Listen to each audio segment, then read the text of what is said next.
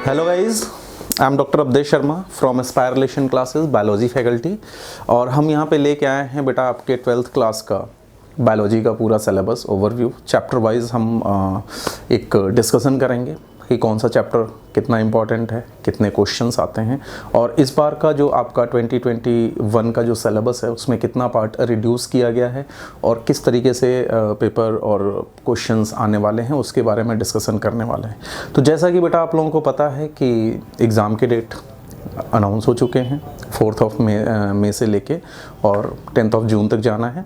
तो जो पेपर होना है बेटा अभी आपके पास 4 महीने का टाइम है, प्रॉपर एकदम 4 महीने का टाइम है जिसमें पूरा का पूरा सिलेबस करना है। और आपको पता है कि एनसीईआरटी ने और सीबीएसई ने क्या किया है, 30% सिलेबस को रिड्यूस किया है। और उस 30% सिलेबस को जो रिड्यूस किया गया है उसके अकॉर्डिंग अगर हम देखते हैं तो आपके बायोलॉजी में बेटा 16 चैप्टर हुआ करते थे और अभी 5 चैप्टर्स उसमें से हटा दिए गए हैं। जो सबसे पहला चैप्टर था रिप्रोडक्शन इन ऑर्गेनिज्म, वो चैप्टर हटा दिया गया है। उसके बाद 7th chapter that is the evolution, जो कि जेनेटिक्स और इवोल्यूशन का पार्ट था, इवोल्यूशन पूरा का पूरा हटा दिया गया है। उसके बाद हम बात करते हैं 9th चैप्टर की, जो कि strategy for the enhancement in food production, उसको हटा दिया गया है। और उसके बाद अगर हम बात करें तो इकोलॉजी वाले यूनिट से बेटा 2 चैप्टर हटाए गए हैं। First chapter is the ecosystem and second chapter is the environmental issues. ठीक है बेटा, तो ये जो चैप्टर्स हैं ये हटा दिए गए हैं। तो अब जो भी सिलेबस है आपके पास उसमें से देखते हैं कि कौन सा सिलेबस, कौन कौन से चैप्टर्स बचे हैं जिसके बारे में हमें डिस्कशन करना है, जिसके बारे में हमें जानना है कि क्या क्या चीज़ें और कैसे कैसे होंगे। ठीक है ना। तो फर्स्ट यूनिट है बेटा जो रिप्रोडक्शन की, उस फर्स्ट यूनिट रिप्रोडक्शन में हम बात करते हैं कि अभी आपने पढ़ना है 3 chapter. First chapter is the sexual reproduction in flowering plant. ठीक है, अभी जब ये पूरा हम देख लेंगे तो हम ये भी देखेंगे कि कौन सा यूनिट कितना इंपॉर्टेंट है, किस यूनिट से कितने क्वेश्चंस आते हैं। ठीक है बेटा, चलिए। तो रिप्रोडक्शन इन फ्लावरिंग प्लांट बहुत इंपॉर्टेंट चैप्टर है। अगर हम पूरे रिप्रोडक्शन की बात करें तो रिप्रोडक्शन से ऑलमोस्ट 14 मार्क्स के क्वेश्चंस बनते हैं और इन 14 मार्क्स के लिए भैया आपके पास 3 चैप्टर है। ठीक है बेटा, तो इसमें देखिए फ्लावर का structure, development of the male and female gametophyte, और जो सबसे इंपॉर्टेंट पॉइंट आ जाता है development of male and female gametophyte, यहाँ से बेटा क्वेश्चंस बनते हैं, इस चीज़ को ध्यान रखना। पॉलिनेशन पे कभी कभी जो आपके 2 मार्क्स के क्वेश्चन बनते हैं लाइक द ऑटोगैमी, एलोगैमी, और उसके साथ साथ जीनोगैमी की जब बात होती है वहाँ पे जब हम इसके बारे में पढ़ेंगे तो बहुत डिटेल में इन सारी चीज़ों के बारे में डिस्कशन करेंगे। जो पॉलिनेटिंग एजेंसीज़ हैं लाइक द एनिमोफिली, हाइड्रोफिली की किस एजेंसी के थ्रू, एंटेमोफिली, तो इन सारे एजेंसीज़ के बारे में डिस्कशन करेंगे। आउटब्रीडिंग डिवाइसेस की अगर हम बात करें तो pollen pistil interactions, double fertilisation. अच्छा, ये जो डबल फर्टिलाइजेशन है बेटा इस चीज़ को ध्यान रखना कि फर्टिलाइजेशन एंड डबल फर्टिलाइजेशन या ट्रिपल फ्यूजन, यहाँ से क्वेश्चंस मोस्ट प्रोबेबली चांस रहता है बनने का। और उसके बाद पोस्ट फर्टिलाइजेशन इवेंट्स की अगर हम बात करें तो एम्ब्रियोनिक डेवलपमेंट से क्वेश्चंस आते हैं, यानी कि development of endosperm and embryo. ठीक है ना बेटा। यहाँ से जैसे development of seed and formation of fruit, special mode of like apomixis, parthenocarpy, poly embryony, ये जो पॉइंट्स हैं यहाँ से एक एक नंबर वाले क्वेश्चंस बनते हैं। आपको पता है कि आपके जो पेपर हैं उसमें 1 number, 2 number, 3 number and 5 marks के क्वेश्चंस बनते हैं। तो ये देखना है कि कौन कौन से क्वेश्चंस या कौन कौन सा पॉइंट कितने मार्क्स का क्वेश्चन देता है। ठीक है बेटा, चलिए। उसके बाद आता है ह्यूमन रिप्रोडक्शन, जो कि बहुत इंपॉर्टेंट है आपके लिए। इन केस अगर आप लोगों में से कुछ ऐसे भी स्टूडेंट्स होंगे जो आगे मेडिकल का एग्ज़ाम, नीट का एग्ज़ाम देने वाले होंगे, उनके लिए ये चैप्टर बहुत इंपॉर्टेंट, इवन जो प्लांट्स का रिप्रोडक्शन है वो भी बहुत इंपॉर्टेंट हो जाता है और ये भी बहुत इंपॉर्टेंट हो जाता है। तो यहाँ पे सबसे जो मेन पार्ट होता है वो रिप्रोडक्टिव सिस्टम की बात की जाती है, जिसमें microscopic anatomy of the testis and ovary, जो कि बहुत इंपॉर्टेंट हो जाता है। इसमें जो डायग्रामेटिकल रिप्रेजेंटेशन होता है उसके बारे में क्वेश्चन आता है। मैं आपसे बता दूं बेटा कि अगर आप बायो के स्टूडेंट हो तो आपको पता है कि डायग्रामेटिक रिप्रेजेंटेशन की क्या वैल्यू है। ठीक है ना। तो हर क्वेश्चंस के डायग्राम ज़रूर आप ध्यान रखिएगा। जब आप हम लोगों के साथ जुड़ोगे, क्वेश्चंस करोगे, तो आपको दिखेगा कि किस तरीके से यहाँ पर डिस्कशन कराया जा रहा है। ठीक है ना बेटा। गैमेटोजेनेसिस की बात करी जाए तो स्पर्मेटोजेनेसिस और oogenesis, इन दोनों से 2-2 मार्क्स के क्वेश्चन बनने के चांसेस रहते हैं। इस चीज़ को थोड़ा सा ध्यान रखिएगा। ठीक है। मेंस्ट्रुअल साइकिल 3 मार्क्स में बन सकता है क्वेश्चन इसके ऊपर, समटाइम इसके ऊपर 5 मार्क्स का भी क्वेश्चन आए जब पूरी डिटेल में इसके बारे में डिस्कशन करना होता है तो।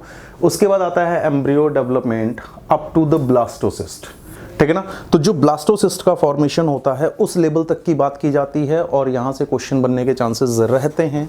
इम्प्लांटेशन आफ्टर फर्टिलाइजेशन बेटा क्या होता है कि जो भी जाइगोट बना हुआ है उस जाइगोट का इम्प्लांटेशन होता है यूट्रस के अंदर, और वहाँ पे किस तरीके से कोरियोनिक विलाई का फॉर्मेशन हो रहा है, किस तरीके से प्लेसेंटा का फॉर्मेशन हो रहा है, ये सारी प्रोसेसेस पे क्वेश्चंस बनते हैं। तो प्रेगनेंसी एंड प्लेसेंटा फॉर्मेशन यानी एलिमेंट्री आइडिया, ठीक है ना, तो इस पे क्वेश्चन बनते हैं, इस चीज़ को ध्यान रखिएगा।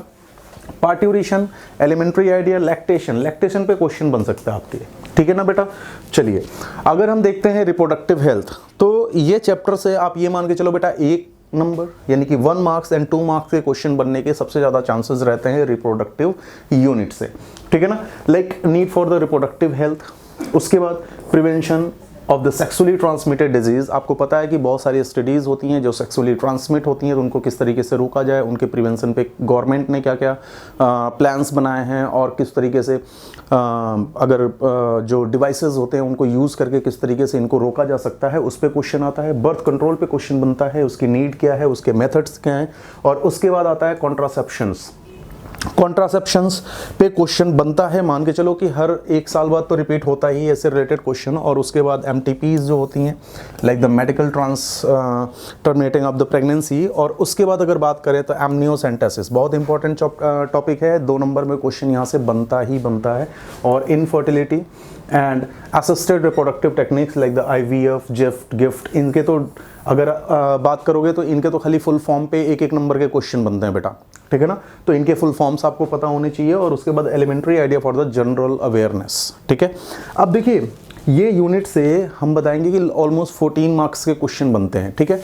चलिए नेक्स्ट यूनिट हम देखते हैं जेनेटिक्स एंड इवोल्यूशन। बहुत इंपॉर्टेंट, सबसे ज़्यादा अगर आपके लिए इंपॉर्टेंट कोई है तो वो है जेनेटिक्स एंड इवोल्यूशन, बहुत ज़्यादा इंपॉर्टेंट। करीब 16 to 18 मार्क्स के क्वेश्चंस यहाँ से मिल जाएंगे आपको, ठीक है।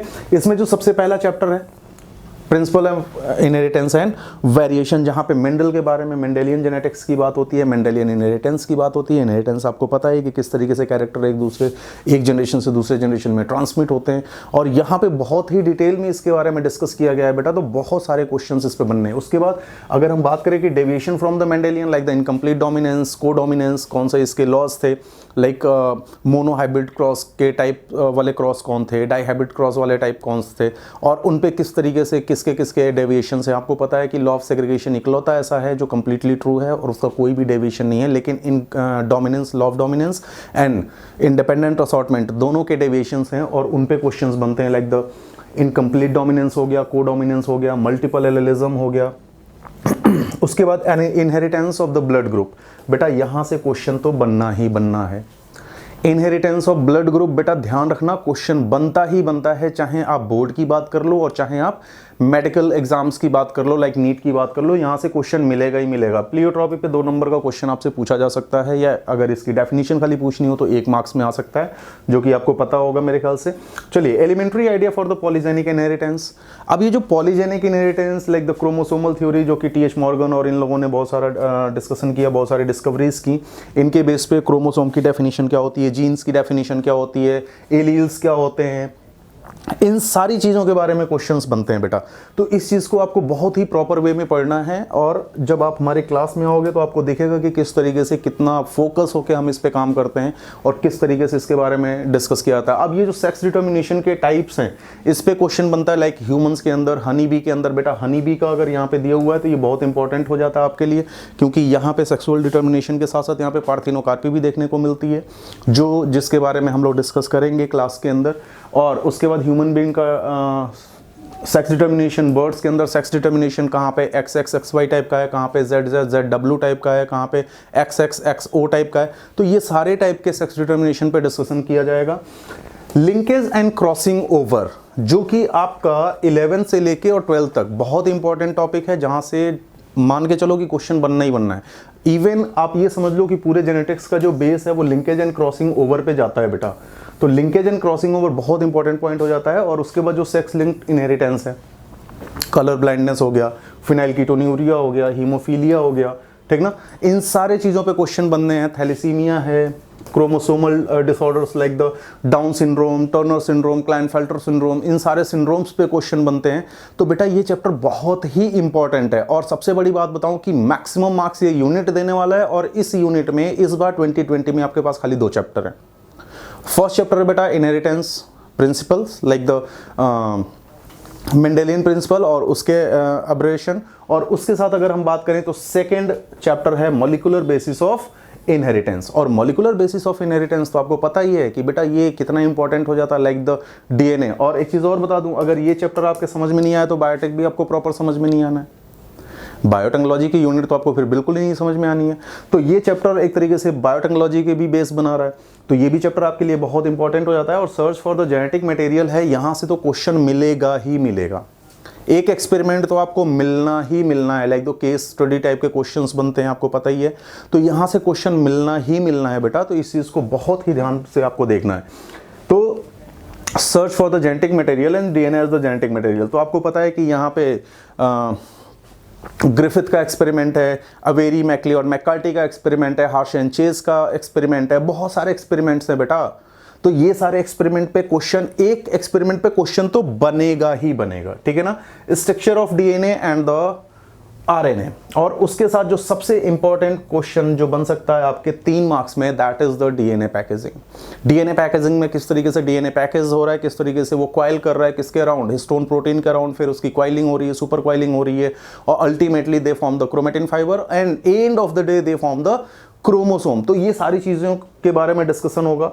डीएनए रेप्लिकेशन आपको पता है कितना इंपॉर्टेंट टॉपिक है डीएनए रेप्लिकेशन। डीएनए रेप्लिकेशन बेटा, और क्वेश्चन आपको पता ही है कैसे आता है, central dogma like the DNA to RNA, RNA to protein, पता ही है आपको। और अगर रिवर्स सेंट्रल डोग्मा की बात की जाए तो ट्रांसक्रिप्शन की भी बात, रिवर्स ट्रांसक्रिप्शन की भी बात होती है यहाँ पे। तो कैसे ट्रांसक्रिप्शन हो रहा है, कैसे ट्रांसलेशन हो रहा है, ये सारे चैप्टर, सारे टॉपिक्स यहीं पे डिस्कस किए जाएंगे। तो ट्रांसक्रिप्शन, जेनेटिक कोड्स, ठीक है ना।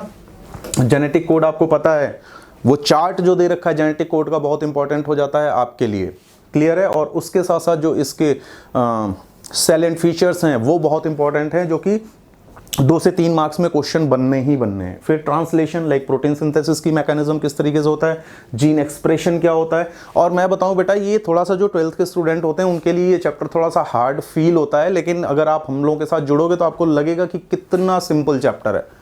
बहुत ही इजी वे में, बहुत ही प्रॉपर डिस्कशन के साथ इसको डिस्कस करेंगे। लाइकोपेरॉन बेटा, इतना इंपॉर्टेंट पॉइंट, ये मान के चलो कि 5 नंबर में ये क्वेश्चन आपको मिलेगा, ठीक है ना। 5 मार्क्स का क्वेश्चन इसके ऊपर बनता है। फिर genome projects like the human genome project और राइस जीनोम प्रोजेक्ट, इन पे क्वेश्चन बनते हैं। अगर आप प्रीवियस ईयर उठा के देखोगे तो वहां पे क्वेश्चंस आपको मिलेंगे जरूर। और उसके साथ साथ डीएनए फिंगरप्रिंटिंग, एलेक्स जेफरी, ठीक है ना।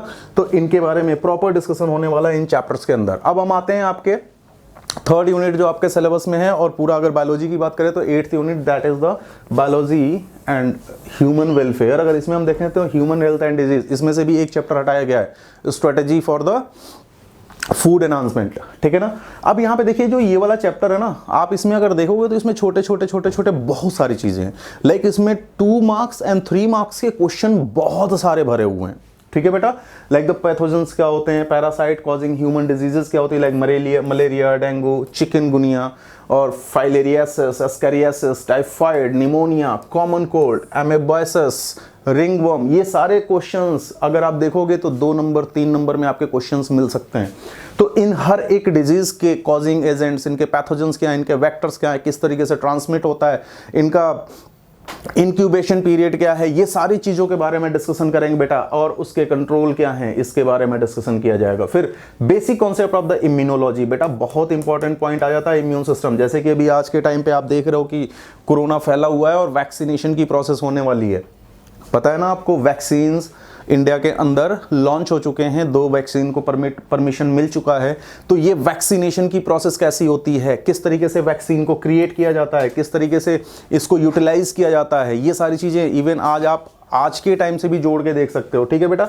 फिर कैंसर, HIV एंड एड्स, इसके बारे में तो क्वेश्चन बनना ही बनना है। इवन एक सिंगल डिजीज पे, कैंसर के बारे में बहुत सारा डिस्कशन होना है, HIV के बारे में बहुत सारा डिस्कशन होना है, एडोलसेंस क्या होता है, ड्रग्स एंड अल्कोहल अब्यूजेस क्या होते हैं, ठीक ना। चिरोबियल इफेक्ट्स क्या होते हैं, लाइक अगर इनको छोड़ दिया जाए तो उसके बाद क्या क्या इफेक्ट्स होते हैं इंडिविजुअल्स के ऊपर, ये सारी चीज़ों पे बेटा डिस्कशन होना है। और जब आप क्लास अटेंड करोगे तो आपको समझ में आएगा ये सारी चीज़ों के बारे में।